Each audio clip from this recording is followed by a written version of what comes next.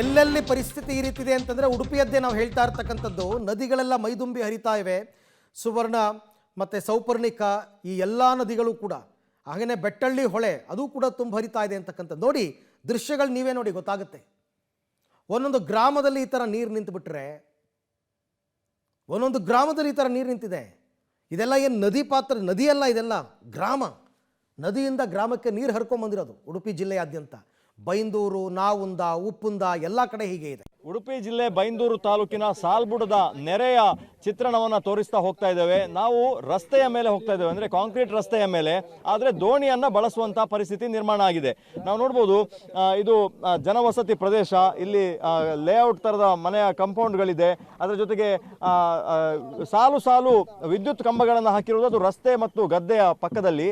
ಇಲ್ಲಿ ಈ ಥರದ ನೆರೆಯ ನೀರು ತುಂಬಿಕೊಂಡಿರೋದ್ರಿಂದ ಜನ ದೋಣಿಯನ್ನು ಉಡುಪಿ ಜಿಲ್ಲೆಯಲ್ಲಿ ಧಾರಾಕಾರ ಮಳೆ ಸುರಿದ ಪರಿಣಾಮ ನದಿಯ ಪಾತ್ರಗಳು ಜಲಾವೃತ ಆಗಿರುವಂಥದ್ದು. ಪಶ್ಚಿಮ ಘಟ್ಟದ ತಪ್ಪಲಿನಲ್ಲಿ ಮತ್ತು ಬೈಂದೂರು ತಾಲೂಕಿನಲ್ಲಿ ಕಳೆದ ರಾತ್ರಿ ಮತ್ತು ಬೆಳಗಿನ ಜಾವ ವಿಪರೀತವಾಗಿ ಗಾಳಿ ಮಳೆ ಬಿದ್ದಿರುವ ಕಾರಣ ನಾವುಂದ, ಬಡಾಕೆರೆ, ಸಾಲ್ಬುಡ ಈ ಭಾಗದಲ್ಲಿ ಜಲಾವೃತ ಆಗಿರುವಂಥದ್ದು ನಾವು ನೋಡ್ಬೋದು.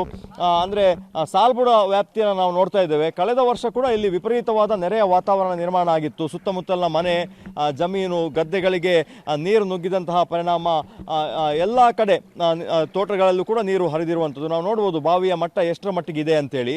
ನಾವೀಗ ನಿಂತ್ಕೊಂಡಿರೋದು ಇದು ರಸ್ತೆ. ನಾವು ನೋಡಿದರೆ ಇದು ಯಾವುದೋ ಒಂದು ಹೊಳೆಯಲ್ಲಿ ನಿಂತ್ಕೊಂಡಿದ್ದೇವೆ ಅಂಥೇಳಿ ಭಾಸ ಆಗ್ತದೆ, ಆದರೆ ಇದು ನಾವು ರಸ್ತೆಯಲ್ಲಿ ನಿಂತ್ಕೊಂಡಿದ್ದೇವೆ. ಇಲ್ಲಿನ ಜನ ಓಡಾಡೋದಕ್ಕೆ ರಸ್ತೆಯಲ್ಲಿ ದೋಣಿಯನ್ನು ಬಳಸುವಂತಹ ಪರಿಸ್ಥಿತಿ ನಿರ್ಮಾಣ ಆಗಿದೆ. ನಾವು ನೋಡ್ಬೋದು ಆ ಭಾಗದಲ್ಲಿ ಒಂದು ದೇವಸ್ಥಾನ ಎಲ್ಲವೂ ಕೂಡ ಇದೆ. ಇದೆಲ್ಲವೂ ಕೂಡ ಜಲಾವೃತ ಆಗಿರುವಂಥದ್ದು. ಈ ಭಾಗದಿಂದ ಅಂದರೆ ಸುಮಾರು 80-100 ಮನೆಗಳಿಗೆ ನೀರು ನುಗ್ಗಿರುವ ಪರಿಣಾಮ ಅಲ್ಲಿಂದ ಜನರನ್ನು ಶಿಫ್ಟ್ ಮಾಡೋದಕ್ಕೆ ದೋಣಿಗಳನ್ನು ಬಳಸಲಾಗಿದೆ. ಅಗ್ನಿಶಾಮಕ ದಳದವರು ಬಂದು ಜನರನ್ನು ಶಿಫ್ಟ್ ಮಾಡೋದಾಗಿ ಕೇಳ್ಕೊಂಡಿದ್ದಾರೆ. ಆದರೆ ಈ ಬಡಾಕೆರೆ, ಸಾಲ್ಬುಡದಲ್ಲಿ ಪ್ರತಿ ವರ್ಷ ನೆರೆ ಬರೋದರಿಂದ ಅವರಿಗೆ ಒಂದು ರೀತಿ ಅಭ್ಯಾಸ ಆಗಿದೆ ಈ ಭಾಗದಲ್ಲಿ ಬರುವಂಥದ್ದು. ಅವರ ಜೊತೆಗೆ ಅವರು ಅಲ್ಲಿ ದನಗಳನ್ನು ಕೂಡ ಕೊಟ್ಟಿಗೆಯಲ್ಲಿ ಕಟ್ಟಿಕೊಂಡಿರುವಂಥದ್ದು. ಹಾಗಾಗಿ ಅವುಗಳನ್ನು ಬಿಟ್ಟು ಬರಲಿಕ್ಕೆ ಅವರು ರೆಡಿ ಇಲ್ಲ. ಹಾಗಾಗಿ ಅಗ್ನಿಶಾಮಕ ದಳದವರು ರೆಡಿಯಾಗಿದ್ದಾರೆ. ಸ್ಥಳೀಯ ಗ್ರಾಮಸ್ಥರು ನಮ್ಮ ಜೊತೆ ಇದ್ದಾರೆ.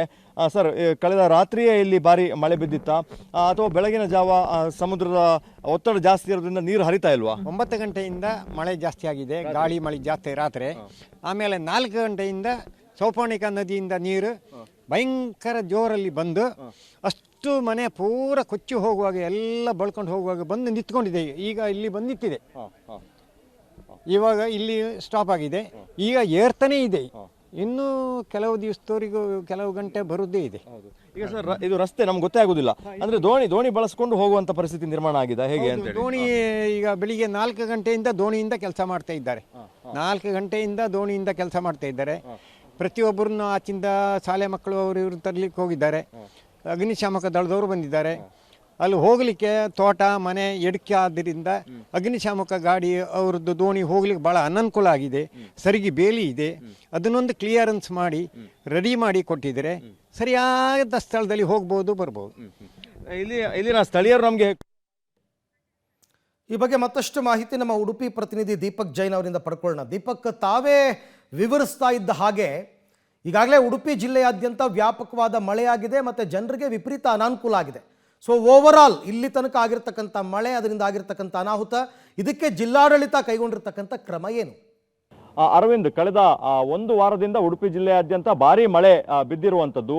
ಮನೆ, ವಿದ್ಯುತ್ ಕಂಬಗಳು, ಅದರ ಜೊತೆಗೆ ಮೀನುಗಾರಿಕೆಗೆ ಸಂಬಂಧಪಟ್ಟಂತಹ ಹಾನಿಯನ್ನು ತೆಗೆದುಕೊಂಡ್ರೆ ಮಿನಿಮಮ್ 1.5 ಕೋಟಿ ರೂಪಾಯಿಯಷ್ಟು ನಷ್ಟ ಉಂಟಾಗಿದೆ ಅನ್ನುವಂಥದ್ದು. ಸುಮಾರು 40 ಲಕ್ಷ ರೂಪಾಯಿ ವೆಚ್ಚದ ವಿದ್ಯುತ್ ಕಂಬಗಳೇ ಧರೆಗುರುಳಿದೆ. ಸುಮಾರು 100ಕ್ಕೂ ಹೆಚ್ಚು ಮನೆಗಳಿಗೆ ಮತ್ತು ದನದ ಕೊಟ್ಟಿಗೆಗಳಿಗೆ ನೀರು ನುಗ್ಗಿರುವಂಥದ್ದು ಮತ್ತು ಅದರ ಮೇಲ್ಛಾವಣಿ ಹಾರಿ ಹೋಗಿರುವಂತಹ ಘಟನೆಗಳು ನಡೆದಿದೆ. ಒಂದು ಪ್ರಮುಖವಾಗಿ ಇಷ್ಟು ನೆರೆಗೆ ಕಾರಣ ಅನ್ನುವಂಥದ್ದು, ಶಿವಮೊಗ್ಗ ಮತ್ತು ಚಿಕ್ಕಮಗಳೂರು ಜಿಲ್ಲೆಯಲ್ಲಿ ವ್ಯಾಪಕವಾದ ಮಳೆ ಆಗ್ತಾ ಇದೆ. ಆಗುಂಬೆ ಘಾಟ್ನ ತಪ್ಪಲಿನಲ್ಲಿ ವಿಪರೀತವಾದ ಮಳೆ ಬೀಳ್ತಾ ಇರೋದ್ರಿಂದ ಆ ಎಲ್ಲ ನೀರು ಕಡಲಿಗೆ ಹರಿಲೇಬೇಕು. ಹಾಗಾಗಿ ಉಡುಪಿ ಜಿಲ್ಲೆಯಲ್ಲಿ ಹರಿಯುವಂತ, ಅದು ಹೆಜಮಾಡಿಯಿಂದ ಹಿಡಿದು ಉತ್ತರ ಕನ್ನಡ ಜಿಲ್ಲೆಯವರೆಗಿನ ಗಡಿ, ದಕ್ಷಿಣ ಕನ್ನಡದಿಂದ ಉತ್ತರ ಕನ್ನಡ ಜಿಲ್ಲೆಯವರೆಗೆ ಎಲ್ಲಾ ನದಿಗಳು ತುಂಬಿ ಹರಿತಾ ಇದೆ. ನಾವು ನೋಡಬಹುದು ದೃಶ್ಯಗಳಲ್ಲಿ ಕುದ್ರು ವ್ಯಾಪ್ತಿಯನ್ನು ನಾವು ನೋಡ್ತಾ ಇದ್ದೇವೆ. ಕುದ್ರು ಅಂದ್ರೆ ಸುತ್ತಲೂ ನೀರು ಆ ನಡುವೆ ಭೂಭಾಗದಲ್ಲಿ ಜನ ಮನೆಗಳನ್ನ ಕಟ್ಕೊಂಡಿದ್ದಾರೆ. ನಾವು ನೋಡ್ಬೋದು ಅವರು ದೋಣಿಯನ್ನ ಬಳಸ್ಕೊಂಡು ಓಡಾಡಬೇಕು, ಅಥವಾ 20-30 ಕಿಲೋಮೀಟರ್ ಬ್ರಿಡ್ಜ್ ಸಿಗಬೇಕು ಅಂದ್ರೆ 20-30 ಕಿಲೋಮೀಟರ್ ಅವರು ಸುತ್ತು ಹಾಕಿಕೊಂಡು ಓಡಾಡುವಂತಹ ಪರಿಸ್ಥಿತಿ. ಇಲ್ಲಿ ಅವರು ಜೀವನವನ್ನು ನಡೆಸ್ತಾ ಇದ್ದಾರೆ. ಏಕಾಏಕಿ ಮನೆಗೆ ನೀರು ನುಗ್ಗಿದಂತಹ ಸಂದರ್ಭದಲ್ಲಿ ಅವರು ಮನೆಯನ್ನ ಬಿಟ್ಟು ಬರ್ಲಿಕ್ಕೂ ಕೂಡ ತಯಾರಿಲ್ಲ. ಕಾರಣ ಏನು ಅಂತಂದ್ರೆ ಅಲ್ಲಿ ಜಾನುವಾರುಗಳಿರ್ತದೆ, ಅವರ ಟಿವಿ, ಫ್ರಿಡ್ಜ್, ದಿನಸಿ ವಸ್ತುಗಳು ಇದನ್ನೆಲ್ಲ ಬಿಟ್ಟು ಬರ್ಲಿಕ್ಕೆ ಖಂಡಿತ ಸಾಧ್ಯ ಇಲ್ಲ. ಹಾಗಾಗಿ ಅಗ್ನಿಶಾಮಕ ದಳದವರು ನೀವು ಎತ್ತರ ಪ್ರದೇಶಕ್ಕೆ ಬನ್ನಿ ಅಂತ ಹೇಳಿ ಒತ್ತಾಯ ಮಾಡಿದ್ರು ಕೂಡ ಅವರು ಬರಲಿಕ್ಕೆ ತಯಾರಿಲ್ಲ. ಅಂದ್ರೆ ಅವರಿಗೆ ಪ್ರತಿ ವರ್ಷ ನೆರೆ ಬರ್ತದೆ ಅನ್ನುವಂಥದ್ದು. ಆದ್ರೆ ಈ ಬಾರಿ ಮಳೆ ಇಲ್ಲದೆ ನೆರೆ ಬಂದಿರೋದ್ರಿಂದ ಸಾಕಷ್ಟು ಆತಂಕ ಆಗಿರುವಂಥದ್ದು. ಇಲ್ಲಿನ ಸಾಲ್ಬುಡ ಇರ್ಬೋದು, ಬಡಾಕೆರೆ, ಬೈಂದೂರು, ಉಪ್ಪುಂದ ಈ ಭಾಗದಲ್ಲಿ ಪಶ್ಚಿಮ ಘಟ್ಟಕ್ಕೆ ಲಿಂಕ್ ಆಗಿರೋದ್ರಿಂದ ಇಡೀ ಹಾಲಾಡಿ ಹೊಳೆ ಆಗಿರ್ಬೋದು, ಸೀತಾ ನದಿ, ಸ್ವರ್ಣ ಎಲ್ಲವೂ ಕೂಡ ನದಿಗಳು ತುಂಬಿ ಹರಿತಾ ಇರುವಂಥದ್ದು.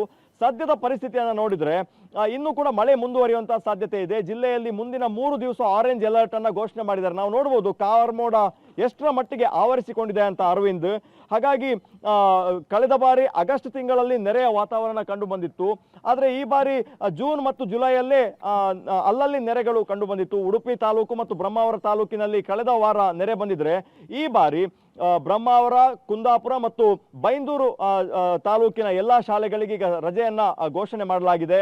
ಅಂದ್ರೆ ಮಳೆ ಕಡಿಮೆ ಇರಬಹುದು, ಆದ್ರೆ ನೆರೆಯ ಮಟ್ಟ ವಿಪರೀತವಾಗಿ ಜಾಸ್ತಿ ಇರೋದ್ರಿಂದ ಈ ತರದ ಒಂದು ಸೂಚನೆಯನ್ನ AC ರಶ್ಮಿ ಅವರು ನೀಡಿರುವಂತದ್ದು. ಹಾಗಾಗಿ ಆ ಭಾಗಕ್ಕೆ ನಾಳೆ ಕೂಡ ರಜೆ ಮುಂದುವರಿಯುವಂತಹ ಸಾಧ್ಯತೆಗಳು ಕಂಡು ಬರ್ತಾ ಇದೆ. Aravind, okay, thank you Deepak ತಮ್ಮ ಎಲ್ಲ ಮಾಹಿತಿಗಾಗಿ. ಸೊ ಉಡುಪಿ ಜಿಲ್ಲೆಯಲ್ಲಿ ಕಳೆದ ವರ್ಷ ಆಗಸ್ಟ್ನಲ್ಲಿ ಪ್ರವಾಹ ಬಂದಿತ್ತು. ಈ ಸರ್ತಿ ಇನ್ನೂ ಇದು ಜುಲೈ ಆರಂಭ ಆಗಲೇ ಪ್ರವಾಹ ಅಂದರೆ ಅಲ್ಲಿಗೆ ಮಳೆಯ ಪ್ರಮಾಣ ಎಷ್ಟು ಜಾಸ್ತಿ ಆಗಿದೆ ಅಂತ ಅರ್ಥ ಮಾಡ್ಕೋಬೋದು.